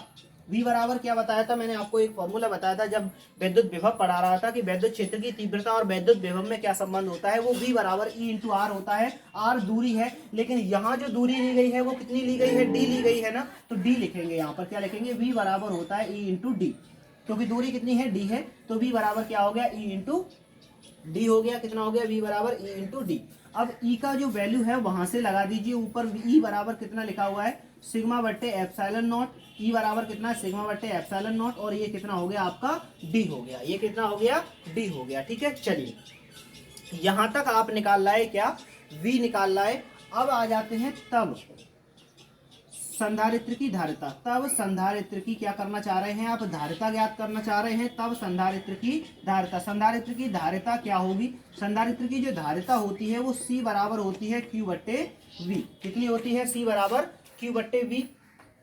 V का मान रख दीजिएगा, V का क्या रख दीजिए, मान। V बराबर कहां से रख दीजिए, ऊपर से V का वैल्यू कहां से रखो, यहां से रख दीजिएगा। तो C बराबर क्या हो गया आपका, Q तो ऊपर है और V का मान रखिए कितना, सिग्मा बट्टे एप्सिलॉन नॉट, और यहाँ पर कितना है आपका, D है। यहाँ पर सिग्मा हो गया, यहाँ पे क्या है, D है, और यहाँ पे क्या हो गया, एप्सिलॉन नॉट हो गया। अब एक चीज पे गौर आपके लिए करना है, चलो इधर देखते हैं कि क्या करना है आपके लिए। आप एक चीज देखिए कि यहाँ पर अब C बराबर क्या है आपका, Q बट्टे है। अब जो सिग्मा का जो वैल्यू होता है, किसका वैल्यू, सिग्मा का जो वैल्यू है वो सिग्मा बराबर क्या होता है, सिग्मा बराबर होता है Q अपॉन A। सिग्मा का मान कितना होता है, Q बट्टे A होता है। तो सिग्मा की जगह पर आप कितना रखेंगे, Q बट्टे A रखेंगे। तो Q तो एक तो है ही है ऊपर ये वाला। अब इस सिग्मा की जगह पर आप कितना रखिए, Q बट्टे A रखिएगा, और क्या है यहाँ पर एप्सिलॉन नॉट है, और क्या है साथ में D है यहाँ पे। तो क्या समझ में आया, Q ऊपर तो पहले से ही था Q वाला, इस सिग्मा की जगह पे क्या रख दिया, Q बट्टे A रख दिया, और एप्सिलॉन नॉट पहले से ही था। ठीक है, तो Q बट्टे जो Q है इस सिग्मा वाला वो कहाँ पे आएगा, यहाँ, और A कहाँ पे आएगा, नीचे आएगा। तो इस तरीके से आ जाएगा ना। तो Q बट्टे A एप्सिलॉन नॉट हो गया। अब ये वाला जो नीचे वाला खंड है वो कहाँ चला जाएगा, ऊपर, और इस Q से ये Q क्या हो जाएगा, कट जाएगा। और आप इधर दिखा दीजिए, क्योंकि जो सिग्मा बराबर है वो क्या होता है, Q बट्टे A होता है, जो कि क्या है, आवेश का पृष्ठ घनत्व है। आवेश का पृष्ठ घनत्व याद करिए, गॉस की प्रमेय में आपको बताया था आवेश का पृष्ठ घनत्व क्या होता है, सिग्मा बराबर Q बट्टे A होता है। C बराबर क्या हो गया यहाँ पे, अब A एप्सिलॉन कहाँ पहुंच गया, ऊपर पहुंच जाएगा, और नीचे क्या रह जाएगा, ये D रह जाएगा, और ये निकल के आई C बराबर A एप्सिलॉन नॉट बट्टे D। तो C बराबर जो होता है, अर्थात समांतर प्लेटी जो संधारित्र है उसकी जो धारिता होती है वो होती है A एप्सिलॉन नॉट बट्टे D। कितनी होती है, A एप्सिलॉन नॉट बट्टे D होती है। यदि प्लेटों के मध्य यदि क्या कर दिया जाए, यदि प्लेटों के मध्य के परावैद्युतांक का, कितने का, के परावैद्युतांक का कोई पदार्थ भर दिया जाए, कोई पदार्थ भर दिया जाए, के परावैद्युतांक का क्या है, कोई पदार्थ भर दिया जाए, तो क्या होगा फिर, अगर इसके अंदर हम क्या करते हैं, के परावैद्युतांक का कोई माध्यम भर देते हैं, कोई परावैद्युत पदार्थ भर देते हैं, तो इसकी जो धारिता है वो के ए एप्सिलॉन नॉट बट्टे कितनी हो जाएगी, डी हो जाएगी। कितनी हो जाती है फिर इसकी धारिता, के ए एप्सिलॉन नॉट बट्टे डी। अर्थात यहाँ पे ये बात समझ में आती है कि यदि किसी भी समांतर प्लेट संधारित्र है उसमें अगर हम के परावैद्युतांक का पदार्थ भर देंगे तो उसकी धारिता कितने गुना बढ़ जाएगी, के गुना बढ़ जाती है, उसकी धारिता उतने ही गुना बढ़ जाएगी जितने का उसमें परावैद्युतांक पदार्थ भरा गया है। वायु या निर्वात में C बराबर होता है A एप्सिलॉन नॉट बट्टे डी, और जो आपका के परावैद्युतांक है वहां पर C बराबर कितना होता है, के एप्सिलॉन नॉट बट्टे डी होता है। इस तरीके से क्या है आप याद रख पाएंगे। और C बराबर जो होता है वो कितना होता है, C के बराबर होता है K इंटू सी नॉट। लास्ट में आके लिखें इसे, C के बराबर K इंटू सी नॉट। सीके है कि किसी परावैद्युत पदार्थ भरने के बाद जो धारिता है वो कितनी है, सीके है। सी नॉट वो धारिता है जो वायु या निर्वात में है, और के वो है जो पदार्थ उसमें भरा गया है वो कौन से उसका परावैद्युतांक कितना है। तो यहाँ पर क्या है, ये समझ में आता है कि सी के बराबर के इंटू सी नॉट, यानी कि उसकी जो धारिता है वो कितने गुना बढ़ जाती है, के गुना बढ़ जाती है। इसको क्या है, नोट करें पॉज करके। यहाँ पे खत्म हो गया, ये निकल आई समांतर प्लेट संधारित्र की धारिता वायु निर्वात में, और अगर के परावैद्युतांक भर दिया जाए तो उसमें क्या होती है, यहाँ पे के का गुणा उसमें हो जाता है। ठीक है, इस तरीके से। अब बहुत ही ज्यादा महत्वपूर्ण टॉपिक यहाँ पे रहने वाला है, आप इसको क्या है पहले बार में ही यहाँ पे पॉज करके नोट कर लें पूरे को।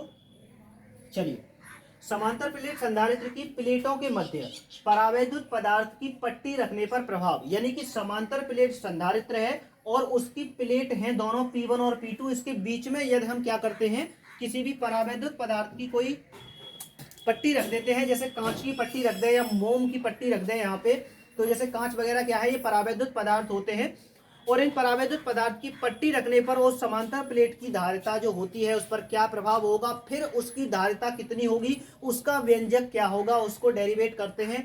इस पर आधारित न्यूमेरिकल या ये डेरिवेशन अक्सर पूछा जाता है, मोस्टली पूछा जाता है। अगर आपका जो पेपर है वो क्या है, अगर नॉर्मल एवरेज स्तर का बनाया जाता है तो इसमें से क्या है, न्यूमेरिकल्स या फिर आपके लिए ये वाला डेरिवेशन क्या है, मिलने की संभावना रहती है। ठीक है, तो इसकी पट्टी रखने पर, यानी दो प्लेट हैं P1 और P2, इनके बीच में एक पट्टी और रख दी गई तो उसका क्या प्रभाव होगा, वो चीज यहाँ पे हम समझ रहे हैं, फिर उसका व्यंजक क्या होने वाला है। ठीक है, आपने लिख लिया होगा। माना कि P1 और P2 समांतर प्लेट संधारित्र की दो प्लेटें हैं। P1 और P2 क्या है, समांतर प्लेट संधारित्र की दो प्लेटें हैं जिनके मध्य की दूरी d है, जिनके मध्य की दूरी कितनी है, d है, तथा इनका पृष्ठ क्षेत्रफल a है। वहां t लिख गया था, उसे कट के d कर दो, d है, तथा इनका पृष्ठ क्षेत्रफल कितना है, a है। इनके बीच की जो दूरी है वो कितनी बताई है हमने, d बताई है, और इनका पृष्ठ क्षेत्रफल कितने का है, दोनों का a है, इसका भी a है और इसका भी a है। ठीक है, माना कि संधारित्र की दोनों पट्टियों के बीच किसी परावैद्युत पदार्थ जैसे कांच वगैरह की कोई पट्टी रख दी जाती है जिसकी मोटाई t है। इसके अंदर हमने एक t मोटाई की कांच की या किसी भी अन्य परावैद्युत पदार्थ की कोई पट्टी रख दी है, तो उसका क्या प्रभाव होगा, इस चीज को हम समझने का प्रयास कर रहे हैं। फिर इसकी धारिता कितनी होगी, इसका व्यंजक क्या बनेगा। ठीक है, तो इसकी मोटाई कितनी है, t है। तब प्लेटों के बीच वायु में दूरी, जब इसके अंदर हम प्लेट रख देते हैं तो देखो इसके अंदर कुछ जगह तो कौन घेर लेगी, प्लेट घेर लेगी, और बची कुछ जगह में क्या होगी, हवा होगी। तो इसके अंदर टोटल दूरी कितनी है, d है, उसमें से t जगह पे कौन आ गई, पट्टी आ गई, तो वायु में जो दूरी बचेगी वो कितनी बचेगी, d माइनस टी बचेगी, क्योंकि d दूरी है टोटल, t दूरी पे कौन आ गई, पट्टी आ गई, तो दूरी कितनी बची, d माइनस टी। तो प्लेटों के बीच वायु में दूरी कितनी हो गई, d माइनस टी हो गई, तथा प्लेट परावैद्युत पदार्थ में दूरी, अब यहाँ पे जो वैद्युत क्षेत्र है वो पट्टी में भी होगा, पट्टी में कितनी दूरी तक होगा, t दूरी तक, क्योंकि पट्टी कितनी मोटी है, t मोटाई की, और वायु में कितनी मोटी है, d माइनस टी मोटाई की है, तो वो कितने का होगा, जो परावैद्युत पट्टी है उसमें दूरी कितनी हो गई, t। नीचे लिखा है वायु में वैद्युत क्षेत्र की तीव्रता कितनी होगी, वायु में जो वैद्युत क्षेत्र की तीव्रता होती है वो सिग्मा बट्टे एप्सिलॉन नॉट होगी दोनों प्लेटों के बीच में, ये आपने पढ़ रखा है। ठीक है, और अगर यहाँ पे बात की जाए कि दूसरी वाली यानी कि पट्टी में वैद्युत क्षेत्र की तीव्रता कितनी होगी, तो वो होगी सिग्मा बट्टे के एप्सिलॉन नॉट। पट्टी में कितनी होगी, सिग्मा बट्टे के एप्सिलॉन नॉट होगी, क्योंकि अब की बार हमने यहाँ पर के परावैद्युतांक का कोई भी पदार्थ इसमें क्या कर दिया है, भर दिया है, इसलिए पट्टी में जो वैद्युत क्षेत्र की तीव्रता होगी वो कितनी होगी, सिग्मा बट्टे के एप्सिलॉन नॉट होगी, और यहाँ पर वायु में वैद्युत क्षेत्र की तीव्रता कितनी होगी, सिग्मा बट्टे एप्सिलॉन नॉट। आपने जांच करें जो लिखा है वो बिल्कुल क्या है, करेक्ट लिखा हुआ है, अगर कहीं पे एरर है तो वहां पे क्या है आप सही कर लें, ये और ये वाला सिग्मा बट्टे के एप्सिलॉन नॉट था, वहां ये लिखा था वो गलत है। ठीक है, चलिए यहां तक आप समझ गए, क्या समझ गए कि जो वायु में दूरी है वो कितनी है आपकी, d माइनस टी है, और प्लेट में जो दूरी है वो कितनी है, केवल t दूरी है। तो आइए अब आगे की ओर बढ़ते हैं। तब यहाँ पे अगर हम बात करें वैद्युत विभव की, तब वैद्युत विभव कितना होगा। देखो वैद्युत विभव होता है V बराबर, आप जानते हैं E इंटू डी होता है, E इंटू क्या होता है, D, यानी कि वैद्युत क्षेत्र की तीव्रता होती है और साथ में क्या होती है, दूरी। यहाँ पे दो दूरियां हैं जो काउंट की जाएंगी, दो दूरियां कौन कौन सी काउंट की जाएंगी, एक तो होगी जो वायु में है और एक कौन सी होगी जो प्लेट में है। ठीक है, तो यहाँ पर हम क्या करते हैं, देखो पहले तो हम यहाँ पे लिखते हैं E1। E1 किसके कारण है, वायु के कारण है। तो वायु में जो दूरी है वो कितनी है, d माइनस टी है, इसलिए हमने लिखा E1 into D minus T, क्योंकि वैद्युत क्षेत्र की तीव्रता वायु में है और वायु में दूरी कितनी है, d माइनस टी, तब वैद्युत विभव के बराबर बैठती है। प्लस करके जो वैद्युत क्षेत्र की तीव्रता किसमें है, प्लेट में भी है, और प्लेट में जो दूरी है वो कितनी है, t है। ठीक है, E1 d माइनस टी क्यों लिखा हमने, क्योंकि ये दूरी किसमें है, वायु में। वायु में वैद्युत क्षेत्र की तीव्रता के साथ t दूरी किसमें है, पट्टी में, और पट्टी में वैद्युत क्षेत्र की तीव्रता कितनी है, E2 है। आइए दोनों के मान यहाँ पे लगाते हैं। v बराबर E1 बराबर आपने कितना लगाया, क्या बताया था, सिग्मा बट्टे एप्सिलॉन नॉट, और यहाँ पर क्या होता है d minus T, plus E2 बराबर नीचे जो अभी लिखा था वो क्या बताया था मैंने, सिग्मा बट्टे के एप्सिलॉन नॉट। यहाँ पर कितना बताया था, सिग्मा बट्टे के एप्सिलॉन नॉट, और मल्टीप्लाई में कौन है, टी है। ठीक है, सिग्मा E1 का मान सिग्मा बट्टे एप्सिलॉन नॉट, E2 का मान सिग्मा बट्टे के एप्सिलॉन नॉट। के एप्सिलॉन नॉट क्यों, क्योंकि ये पट्टी में है, के परावैद्युतांक वाली में। आगे आइए, अब जानते हैं सिग्मा बराबर क्या होता है, क्यू बट्टे ए होता है। सिग्मा बराबर क्या होता है, क्यू बट्टे ए। चलो दोनों जगह रखो, यहाँ पे भी रखो, यहाँ पे भी रखो, तब v बराबर कितना होगा, तब v बराबर आपका आएगा क्यू बट्टे ए एप्सिलॉन नॉट। करिएगा इसको, ये क्या हो गया, सिग्मा की जगह पर आपने क्या रखा, क्यू बट्टे ए रख दिया, क्यू बट्टे ए, एप्सिलॉन नॉट अपनी जगह पर ही है, यहाँ पे रख दिया आपने d माइनस टी, और इधर आइएगा यहाँ पे भी रखो क्यू बट्टे ए, और नीचे क्या है, यहाँ पर एप्सिलॉन नॉट है ये वाला, और टी क्या है, यूं ही का यूं ही रह गया। सही है, आगे आओ। अब यहाँ पे देखो क्यू ए एप्सिलॉन नॉट यहाँ पर भी है, और क्यू ए एप्सिलॉन नॉट यहाँ पर भी है, दोनों जगह पर है। जब दोनों जगह पर है तो कॉमन निकालना है यहाँ से, तो क्यू बट्टे ए एप्सिलॉन नॉट कॉमन निकाल लिया, तो यहाँ पर क्या बचा, डी माइनस टी, यहाँ पर क्या बचा, डी माइनस टी, और यहाँ पर क्या बचा आपका टी। ठीक है, वहां पे क्या बचा है आपका, डी माइनस टी बचा इस वाले में, और इस वाले में खाली क्या बचा, टी बचा, और क्यू ए एप्सिलॉन नॉट हमने क्या कर लिया, बाहर कर लिया। जब आप v निकाल लेते हैं तो फिर आप सूत्र कौन सा लगा देते हैं, धारिता वाला लगा देते हैं। c बराबर क्या लगा देते हैं आप, q बट्टे v लगा देते हैं। अब इस चित्र को इरेज कर दूं मैं, बनाया है ना चित्र, चित्र समेत बनाना है, वह चित्र सहित एक्सप्लेनेशन करना है। तब c बराबर, तब संधारित्र की धारिता, संधारित्र की जो धारिता होती है वो कितनी होती है, संधारित्र की धारिता, संधारित्र की धारिता c बराबर क्या होती है, q बट्टे v होती है या नहीं होती, c बराबर क्या होती है, q बट्टे v। तो चलो v का वैल्यू कहाँ से लगा दीजिए, आप यहाँ से लगा दीजिए, v का मान कहाँ से, यहाँ से। तो c बराबर क्या हो गया, q ऊपर हो गया, v कहाँ हो गया, नीचे। नीचे v की जगह पे आप क्या लगाएंगे, q बट्टे ए एप्सिलॉन नॉट लगाएंगे। क्या लगाएंगे, q बट्टे ए एप्सिलॉन नॉट, और इसके गुणा में कौन कौन है, एक तो है d माइनस टी, और प्लस क्या है t। देख लो यहाँ पे d माइनस टी और प्लस t है, और क्या है, q बट्टे ए एप्सिलॉन नॉट है। v की जगह पे मैंने ये सारे मान क्या है वहां पे पुट कर दिए हैं। q से q कट गया, और ये a एप्सिलॉन नॉट कहाँ पहुंच जाएगा, ऊपर पहुंच जाएगा। तो c बराबर क्या हुआ, a एप्सिलॉन नॉट, और नीचे होगा आपका d माइनस टी, और प्लस क्या होगा t। ओ सॉरी, ये गलत हो गया कहीं पे, सॉरी ये गलत हो गया। एक जगह देखो, यहाँ पे जब हम सिग्मा बट्टे के एप्सिलॉन नॉट लगा रहे थे और टी था, तो यहाँ पे के लगाना भूल गए थे। क्या लगाना भूल गए थे, के लगाना भूल गए थे, क्योंकि यहाँ पे क्या है, क्यू बट्टे ए लगाया, और एप्सिलॉन नॉट के साथ कौन है, के भी है। तो टी बचेगा यहाँ पर, और क्या बचेगा, बट्टे में के बचेगा। क्या बचेगा, टी बचेगा, और बट्टे में क्या बचेगा, के बचेगा। ये गलती हो गई थी, ठीक है। तो टी बचेगा, और यहाँ नीचे क्या बचेगा, के बचेगा। तो यहाँ पर टी के नीचे क्या है, के बचा हुआ है, और इस तरीके से क्या हो गया, यहाँ पे भी के लगाना पड़ेगा। ठीक है, वो के क्या था, सिग्मा बट्टे के एप्सिलॉन नॉट था, तो सिग्मा की जगह पे क्यू बट्टे ए लगाया, यहाँ पे एप्सिलॉन नॉट के हो गया, तो टी बट्टे क्या हो गया, ये के हो गया। ठीक है, तो ये हो गया टी बट्टे के। सही है ना। तो ये वाली जो धारिता निकल के आई है c बराबर, ये तब निकल के आई है जब हम क्या करते हैं, किसी भी जो संधारित्र है उस संधारित्र में क्या कर देते हैं, कोई भी परावैद्युत पदार्थ की पट्टी रख देते हैं। तो यहाँ पर हम उसकी जो धारिता है वो कैसे निकालेंगे, c बराबर a epsilon not d minus T plus T बट्टे के। यहाँ पर के का ध्यान रखना है आपके लिए। अब ये जो धारिता हमने निकाली है, यही क्या है, पट्टी रखने पर प्रभाव का पूरा वर्णन है। इसमें नीचे लिखेंगे कि यही किसी समांतर प्लेट संधारित्र में परावैद्युत पदार्थ की पट्टी रखने पर संधारित्र की धारिता निम्नलिखित होती है, या ये होती है, या यही अभीष्ट व्यंजक है, ऐसा लिखेंगे।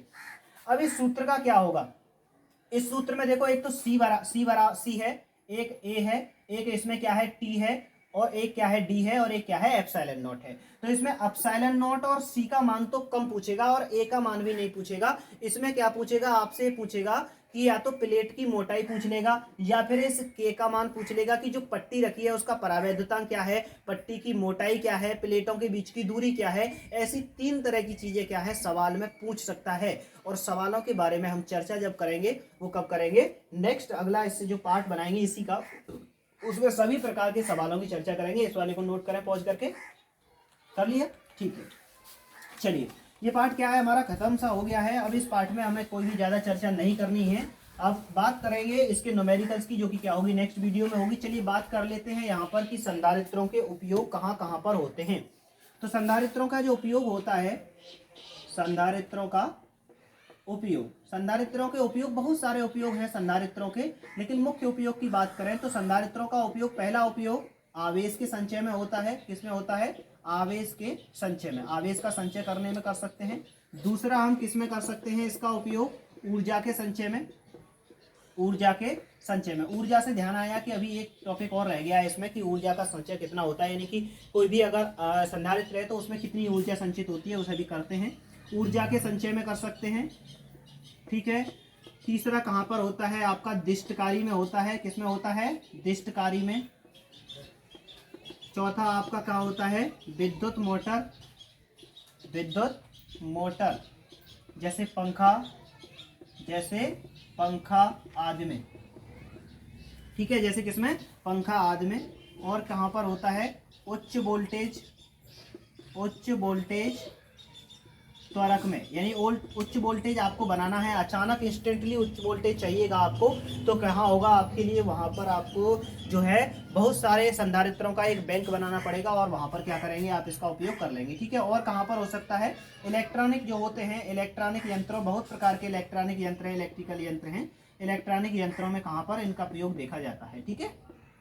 चलिए तो ये क्या हो गए, आवेश के संधारित्रों के उपयोग हो गए हैं, आवेश के संचय में, ऊर्जा के संचय में, दिष्टकारी में, विद्युत मोटर जैसे पंखा आदि में, उच्च वोल्टेज त्वरक में और इलेक्ट्रॉनिक यंत्रों में इसका उपयोग किया जाता है, ठीक है। कैसे कैसे किया जाता है वो सारी चीजें इसमें आ जाएगी, ठीक है। चलिए एक लास्ट टॉपिक और रह गया था इसमें, छोटा सा उसका सूत्र लिख लेते हैं कि मान लीजिए कि अगर कोई संधारित्र है, ठीक है, किसी संधारित्र में संचित ऊर्जा, किसी संधारित्र में संचित ऊर्जा की, संधारित्र में जो संचित ऊर्जा होगी वो कितनी होती है। अगर कोई संधारित्र है उसको क्या है, Q आवेश दिया गया, ठीक है, उसका विभव कितना हो गया V, आवेश कितना दे दिया आपने उसे, Q दे दिया, विभव कितना दे दिया आपने उसको, V कर दिया, उसका आवेश Q दिया, विभव कितना दिया उसको, V दिया, तो उसकी जो ऊर्जा है वो कितनी हो जाएगी, उसमें कितनी ऊर्जा जो है इकट्ठी हो जाएगी, संचित हो जाएगी, उसकी धारिता कितनी है, C है। तो C धारिता का एक क्या है, संधारित्र है, उस पर विभव कितना है, V वोल्ट है, और उसे Q आवेश दिया गया है, तब उसमें संचित ऊर्जा कितनी होगी, तब उसमें जो संचित ऊर्जा होगी, उसमें संचित ऊर्जा जो होती है वो होती है 1/2 CV²। आप एक ही फॉर्मूला याद रखें, क्या, 1/2 CV²। आप इतना भी याद रखिए कि Q बराबर क्या होता है, CV होता है, या C बराबर क्या होता है, Q/V होता है। ये सारे फॉर्मूले क्या हैं, एक ही फॉर्मूले से जनरेट होते हैं। तो 1/2 क्या हो गया, CV² हो गया। अगर आप इसकी जगह पर 1/2 C की जगह पर आप क्या वैल्यू लगा दें, C बराबर क्या होता है, Q/V, C की जगह पे आप क्या लगा दो, Q/V, वहां से तो क्या हो जाएगा, V² है, यहाँ पे V² की एक पावर कट जाएगी, तो कितना मान निकल के आएगा, 1/2 QV निकल के आएगा। ये भी क्या होती है, संचित ऊर्जा होती है। अगर मान लीजिए आप 1/2 CV² में, इसमें 1/2 CV² में आप वैल्यू किसका लगा देते हो, V का, यहाँ से आप V का वैल्यू निकालो, V कहाँ भेज दोगे ऊपर, C कहाँ आ जाएगा नीचे, तो V बराबर कितना निकल के आएगा, V बराबर होता है Q/C। एक ही रूप है ये सबका, तो C हो गया, और क्या हो गया यहाँ पे Q² बट्टे क्या हो गया, C² हो गया। एक C से ये C कट गया, तो कितना आया, 1/2 Q² बट्टे C हो गया, ठीक है। ये तीनों ही फॉर्मूले क्या होते हैं, संचित ऊर्जा को बताते हैं। उसमें संचित ऊर्जा 1/2 CV² होती है, 1/2 QV होती है, और 1/2 Q²/C होती है। आप ये मेन फॉर्मूला याद रखें, और एक याद रखें C बराबर Q/V। यहाँ से 3 तरीके से C और Q और V का वैल्यू निकाल के यहाँ पे अगर आप पुट करेंगे तो क्या होते हैं, तीनों फॉर्मूले बन जाएंगे, वो इसी पे आधारित है, ठीक है। इस तरीके से क्या है, हमारा ये चैप्टर खत्म हो जाता है। तो स्टडी को बरकरार बनाए रखें, और नेक्स्ट पार्ट में हम इसके न्यूमेरिकल्स की बात करेंगे, ठीक है।